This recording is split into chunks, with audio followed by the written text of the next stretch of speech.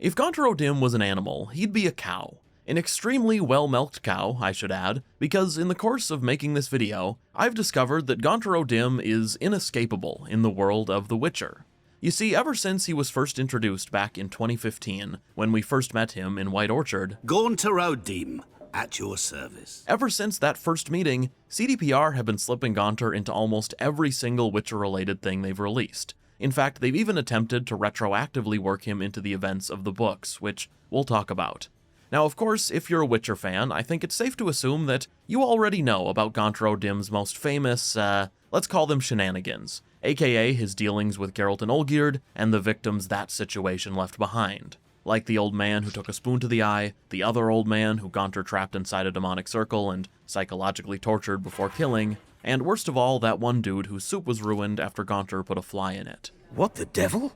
Why is there a fly in my soup? You probably also know all about Marlena, the spoon-collecting woman-turned-monster from the main quest of Blood and Wine, the woman who's heavily implied to have been cursed into said monster by Gaunter. Although that's never outright said, you just hear his background music during the quest and can find a note that is pretty on the nose in hinting that it was Gaunter. That said though, what about Gaunter's other, much lesser known victims? What about his supposed influence on Ciri's father, Emperor Emhyr? Or the son of a nobleman Gaunter turned into a rat? And how about the mage he cursed, which resulted in said mage's death at the hands of Queen Meve, the very same queen who knighted Geralt in the books? Those are just 3 of many situations CDPR have written Gaunter into in recent years. And because Gaunter is such an interesting character, I figured covering his lesser-known antics would make for a significantly more interesting video than just repeating things you already know. So anyway, on that note, let's get started. That is, if this slop doesn't kill you first. So our first Gaunter victim comes from a little Easter egg hidden in the most underrated game I have ever played, Thronebreaker.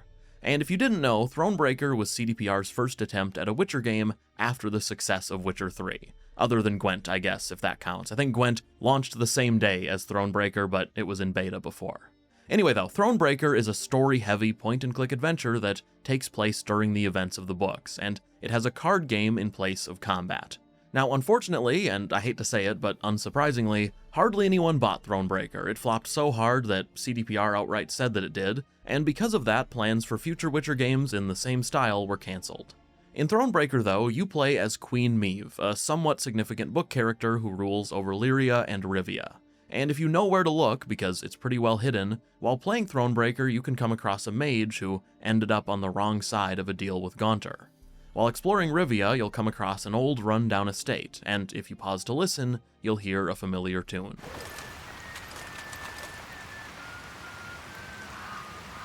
Run further into the estate and you'll find a mage who will attack you on sight, and after you've killed him, you'll find a contract on his body that is just peak Gaunter O'Dimm. The contract reads, I, Amadeus Ritterhoff, in exchange for thorough knowledge of the arcane magical arts, hereby pledge my soul. I shall repay my debt only at such a time when the sun rises over Rivia in the dark of night. I sign this contract with my blood in full understanding that it cannot, under any circumstances, be breached. So why do I love this? Why is this peak Gaunter O'Dimm? Well, you probably remember that Olgierd's contract with Gaunter required him to fulfill 3 wishes for Olgierd before collecting his soul. But even then, the contract also stated that Olgierd's soul could only be collected on the moon, which Olgierd thought he was safe from for obvious reasons. He wasn't though, because Gaunter gets around the wording of the contract by tricking Olgierd into meeting him in a temple with a moon-tiled floor. It's kind of BS, and it's not how the contract was understood by Olgierd when he signed it, but that's Gaunter's entire thing. Contracts worded to the letter in favor of himself, and in favor of Gaunter getting the person's soul in the end. Which is exactly how the contract in Thronebreaker is written too. The contract states that the mage's soul can only be collected at a time when the sun rises over Rivia in the dark of night. Which, that sounds impossible, right? So just like Olgierd, this mage surely assumed that he'd never have to repay his debt. Wrong though, because what happens during Thronebreaker?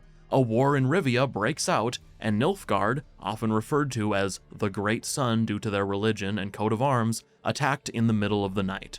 And thus, Gaunter came to collect, leaving the soulless husk that you find and fight in Thronebreaker. Now, I suppose you could also theorize that Gaunter caused the entire war specifically for the purpose of collecting the soul he wanted, but that would just be a theory. It would mean Gaunter also caused the main war that plays out throughout all of the Witcher books, and, well, we'll soon revisit CDPR inserting Gaunter into book events because it's something they did in quite a few situations. We shall have to discuss it at length later. First, though, let's talk about Gaunter's most recent appearance from a story set after the ending of Blood and Wine.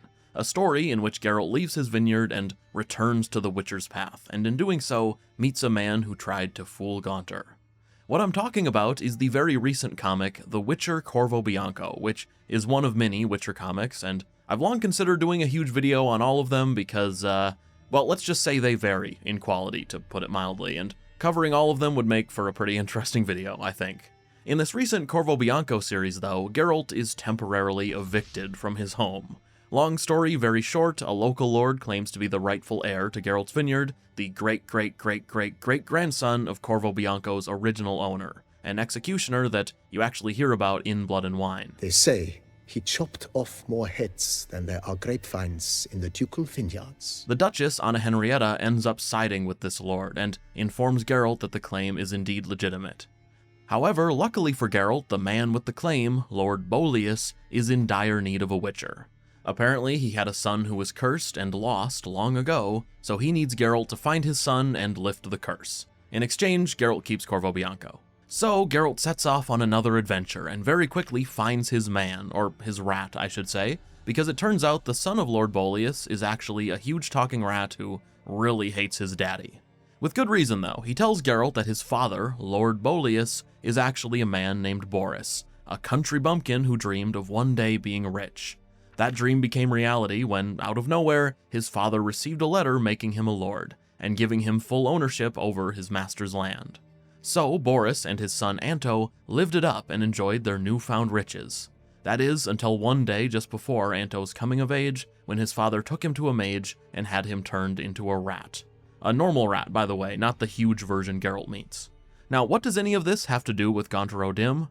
Well, Anto goes on to describe how on his 18th birthday, a strange man knocked at their door, speaking these words. I've come to collect a debt. In response, though, his father told Gaunter that the terms of their contract hadn't been met, because the agreement was apparently that the soul of his son could only be collected on the day Anto became a man. Which hadn't happened, a rat isn't a man. So, Gaunter told Boris he'd broken the terms he'd agreed to, and promptly cursed both of them, transforming Anto into a monstrous human-sized rat, a transformation that Gaunter claimed could only be undone the day Boris either died or confessed to everyone that his lordship was a sham, a lie. And by the way, if you need a clearer picture as to what happened, what Boris got out of his deal with Gaunter was that letter making him a lord, but to try and get around the wording of their agreement that Anto's soul could only be collected on the day he turned 18 and became a man, Boris had that mage temporarily transform his son, with the idea being to change him back after his 18th, after the soul collection day had passed. A plan that of course went out the window after Gaunter showed up and said, no, you're not getting off the hook that easy. And I will say, I think this specific situation is very telling in showing how Gaunter operates. After hearing the full story, Geralt says, wow, I can't believe your idiot dad made a deal with Gaunter O'Dimm. That's a guy who can't be fooled. And Geralt is right. Boris didn't fool Gaunter with the rat transformation stunt, he just skirted the wording of their agreement and thus took all of the fun out of it for Gaunter, all of the fun he usually gets out of redeeming souls in the way he does. Speaking of, do you remember that whole conversation from the wedding quest in Hearts of Stone, when you find Gaunter as he's talking to some old lady about gingerbread? But gingerbread's naught but flour, honey, eggs and spices. I beg to differ, madame. You omit the most important ingredient in gingerbread. Time. Time gives the proper consistency. Time provides that ideal crunch on the outside, the delicious moistness within. What he's talking about there are his victims. For Gaunter, it's not about just claiming any old soul. It's about the game, the hunt, the cleverly worded contracts that make taking the soul in the end that much more satisfying. So, obviously, ruining Gaunter's game by trying to cheat him isn't gonna fly. That's his thing, only Gaunter gets to twist words, and only in his favor. Anyway though, Gaunter's role in the Corvo Bianco comic story ends more or less where we left off. Ultimately, the father, Boris, dies in a huge melee at Geralt's vineyard, so as a result, the curse on his son lifts and Anto transforms back into a human. Gaunter doesn't end up making a physical appearance outside of the flashback, which I think is a good thing because, in my opinion, he's a character who shouldn't be overused. Which, speaking of, in just a minute we'll talk about CDPR's attempts at working Gaunter into book events. Before we do that though, I do want to take a quick second to thank today's sponsor, Raycon. More specifically, Raycon's new Essential Open Earbuds, which have become my go-to, especially when I'm outside and need to keep my ears open. These Raycons are a different type of earbud that sit outside of your ear canal, which means you can easily listen to music or podcasts or whatever while still hearing what's going on around you. They're perfect for exercise or doing things around the house when other people are there, or really anything where you need to be aware of your surroundings, which is why they've become the earbuds I reach for more than any other lately. Plus, I'm not even mentioning that the sound quality is excellent, they're ultra-light so they easily stay attached to your ear while you barely even know that they're there, and most important of all, the battery life is incredible. 8 hours of playtime from the earbuds alone, 36 hours when you factor in the charging case. I barely need to charge my Raycons, maybe once a week, I have to. Anyway, Raycon's Essential Open Earbuds are the perfect addition to your everyday routine, and now is a great time to give them a try because they're 15% off. Just go to buyraycon.com/neonnightopen or click the link in the description to get that 15% off. And keep in mind, if for some reason you don't like them, Raycon earbuds have a 30-day guarantee, so there's no reason not to give them a shot and to not take advantage of that 15% discount. It's a deal. Okay, so where CDPR started placing Gaunter into book events, very explicitly, was in Gwent. The standalone version that, and a lot of Witcher fans might not realize this, is filled to the brim with Witcher lore that CDPR put a lot of effort into, including a ton of things that I am positive will be worked into future Witcher games. I mean, there were full-blown chapter stories written for characters like Geralt and Regis and Ciri, tons of new Witchers were designed and given extensive backgrounds, and also, in one specific situation, CDPR dedicated an entire expansion's worth of content to one character. That character, of course, being Gaunter O'Dimm with the Master Mirror expansion. An expansion that essentially made Gaunter the epicenter of the Witcher universe, the reason that Geralt and Ciri's story even exists, and the reason that multiple kings and emperors are in those positions as king and emperor. And what I will say right now is that if you're a book purist in any way, shape, or form, then this section of the video might kill you. It might literally put you in your grave, because I don't think I'm exaggerating that much by saying that if the books are the be-all, end-all for you in terms of The Witcher, then what we're about to talk about is pure sacrilege, it's blasphemy, it's desecration of the sacred text. However, what I'll also say is that the books are the books, they always will be, and on top of that, this lore comes from Gwent, so if you think it's stupid, it's pretty easy to ignore. Anyway though, when the Master Mirror expansion was announced, CDPR described it by saying that it would reveal Gaunter's influence over several key events in Witcher lore, key events across the continent of The Witcher. And that's exactly what it did. With the expansion, a ton of cards were added to Gwent that featured Gaunter hidden in the background, and the important ones also came with written lore explaining how Gaunter had manipulated each situation. And I say the important ones, by the way, because there were also some cards where, for example, you could spot Gaunter as part of an angry mob, or you could see his mark on the face of an unidentified person that he made a deal with at some point. Not much to discuss, and there wasn't any additional lore written for those cards. However, 2 of the cards completely recontextualize major book events, and one of them inserts Gaunter into the events of a previous game, Witcher 1. Can we play Kill the Elf? So we'll go in order of significance with these Gaunter cards, from least to most, and the first one features a character named Ildiko, a sorceress who was expelled from Aretuza, the school for sorceresses, and a sorceress who later went on to murder and scheme her way into becoming queen. Specifically, the Queen of Kerack, a small nation that's fairly close to Velen, an area that many of you are no doubt very familiar with from Witcher 3. Anyway, in the books, Ildiko is a pretty minor character. She briefly shows up in Season of Storms, and during that appearance, Geralt witnesses Ildiko murdering her soon-to-be husband, an elderly king named Belowen who receives a gift from Ildiko, a necklace that strangles him.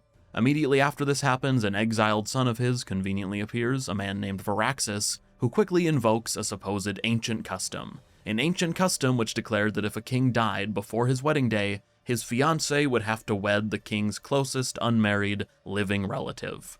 Which just so happened to be him, Varaxis, so in that moment Varaxis declared himself king and Ildiko his wife.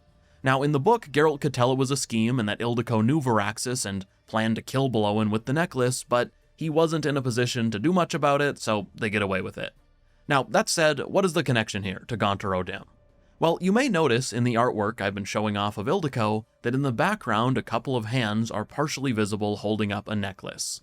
And those hands are wearing fingerless gloves. Gaunter's fingerless gloves, because that's Gaunter holding up the necklace to Ildiko, the necklace that she and Varaxis then used to kill the King of Kerack. There's also written lore further confirming this, that after Varaxis had decided to kill his father, his lover Ildiko ran into a strange man who gifted her the cursed necklace that ended up taking the life of a king. Now, why would Gaunter do this? Well, according to Gwent, he did it strictly for his own amusement, just so he could stand back in the shadows and watch events unfold. And speaking of Gaunter watching events unfold, let's talk about Alvin, who, if you don't know, is a young boy that follows Geralt around during Witcher 1. He's a little kid that wants to be noble and brave like Geralt when he grows up. Witchers are so brave. They never grow ill. Wouldn't you rather be a knight? Knights are worthy too. I know, I'll be a Witcher Knight!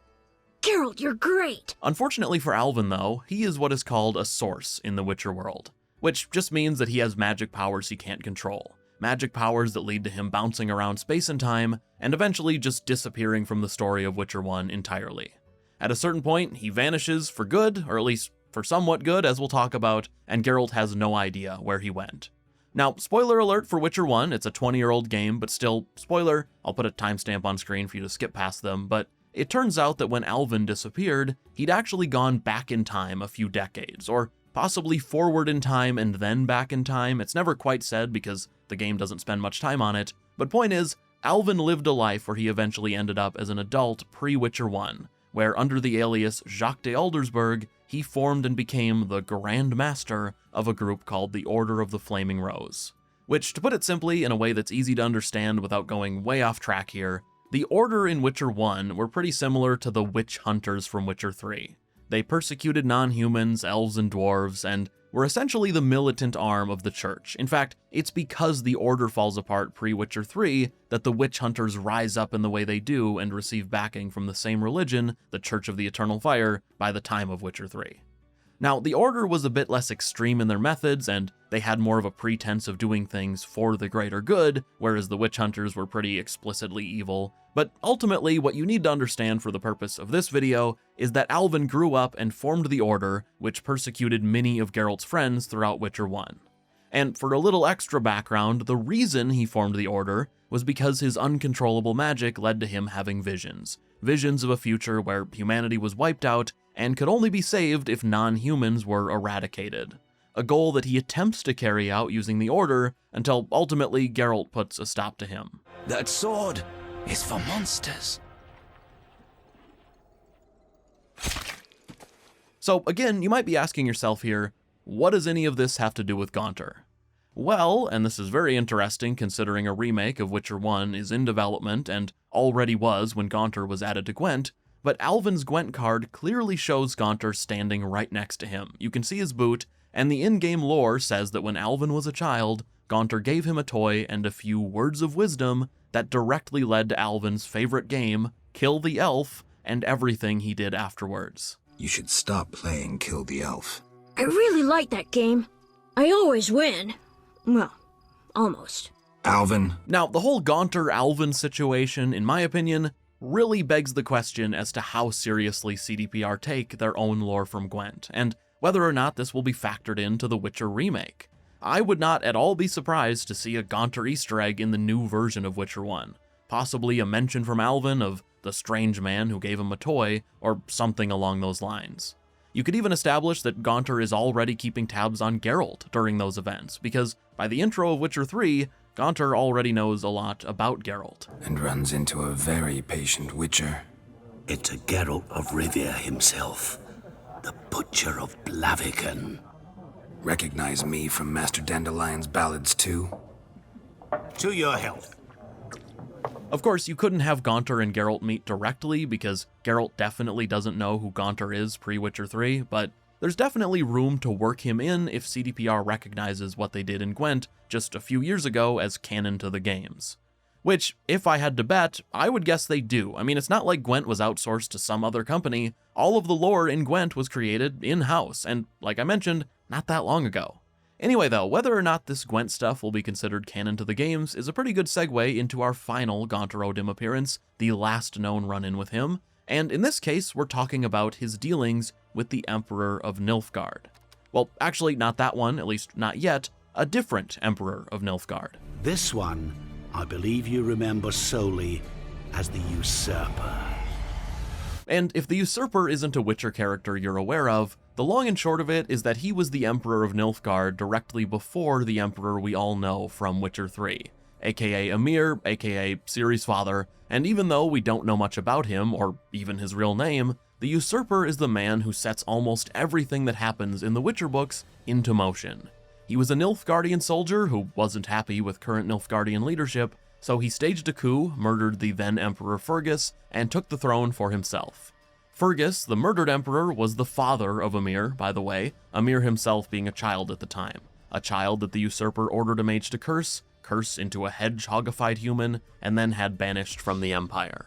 And this banishment is the reason Emhyr ended up in the kingdom of Sintra instead, where he managed to lift his curse after meeting and marrying a princess named Pavetta, who of course is the woman he fathered Ciri with. Now, I am leaving out tons of detail here on purpose because this isn't an Emhyr lore video, and I'm trying to get to the point, which is that without the Usurper, Emhyr never would have met Pavetta, and without meeting Pavetta, Ciri would never have been born.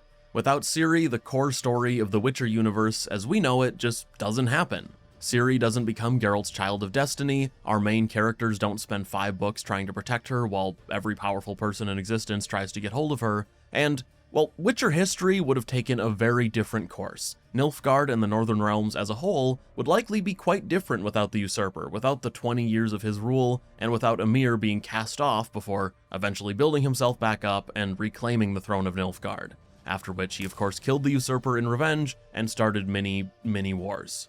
Which, that's another topic, but I think you could also easily make the argument that Emhyr would have been a much different person and emperor if his father hadn't been murdered, and if he hadn't been exiled and cursed. Who knows how history would have gone in that scenario, what type of ruler he would have been, and which wars would have been started.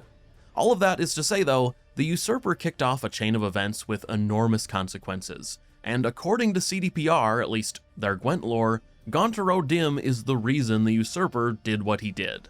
As you've probably noticed by now, in one of the Gwent artworks for the Usurper, you can see Gaunter O'Dimm dressed as a Nilfgaardian soldier speaking to the Usurper, and according to the in-game lore, what Gaunter did was convince him to take action, to murder Emhyr's father Fergus, and to take the throne for himself. Which, as I've hammered home at this point, is a huge moment in the Witcher universe. In fact, I'm not sure there's a more consequential chain of events that you could possibly put Gaunter at the center of. Which is a fitting place to end, because we've reached the end of this video, the end of Gaunter O'Dimm's lesser-known shenanigans. That said, if you enjoyed this video and would like to see more like it, please leave a like, subscribe to the channel. A lot goes into these Witcher lore videos, and both of those things really help get my content out there and help me make more videos like this one. Anyway, thank you so much for watching, thank you to my Patreon members as always for your support, and that's all. See ya.